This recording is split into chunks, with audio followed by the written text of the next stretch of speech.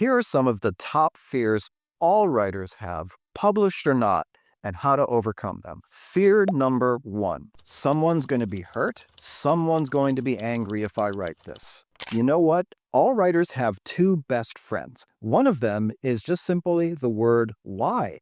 When you're writing, you ask yourself why, and that helps you come up with different things. But the other one is your best friend for this fear, and that is the trash can, whether it's a real one or whether it's the one on your computer. Nobody has to read anything you write until you decide it's time. So until then, write it all.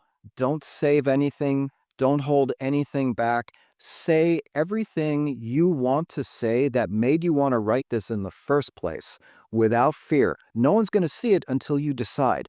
And by the way, if the feeling is I'm writing about something very personal, very painful, and someone's going to recognize themselves in it and they're going to be upset, is it possible that what you say might also start their healing just like it's starting yours?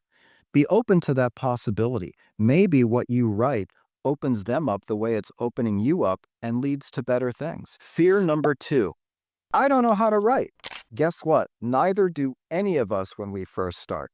That's okay. You're going to learn how to write by writing. There's nothing that says you need to know every rule of grammar, every rule of sentence construction before you start. You're going to learn as you go. You're going to develop an ear for your own writing. You'll figure it out. We all do that. Don't let that one stop you. You don't have to know to do. Fear number three, I'm not good enough, otherwise known as the world-famous imposter syndrome. Hey, that one's mine. We all have something. That one is mine. I would walk into the stores like Barnes and Noble or Crown Books back in the day, and I would say, my book doesn't belong on those shelves. I don't belong with those writers. They know something I don't. I don't belong in this club. You know what? You know how there are math savants? Where you hear about kids who are 10 years old and they know everything about math, or kids who are 5 years old and they're playing classical piano. They're just absolute prodigies. Do you know how you never hear about a writing prodigy? Because you're not going to hear about an amazing novelist, an amazing memoirist who's 10. You have to live for a while. You have to experience life for a while and develop those stories, and then you put them down. You're right where you need to be.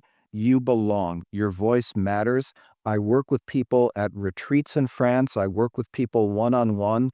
And perhaps the most joyful part of my work is letting people not only find their voice, but start to believe in their voice. I already believe in your voice because you are thinking about the world as a writer. You're thinking about it as, I want to write this down. I want to try to capture these moments, capture the moments that made me, capture the moments that make these characters.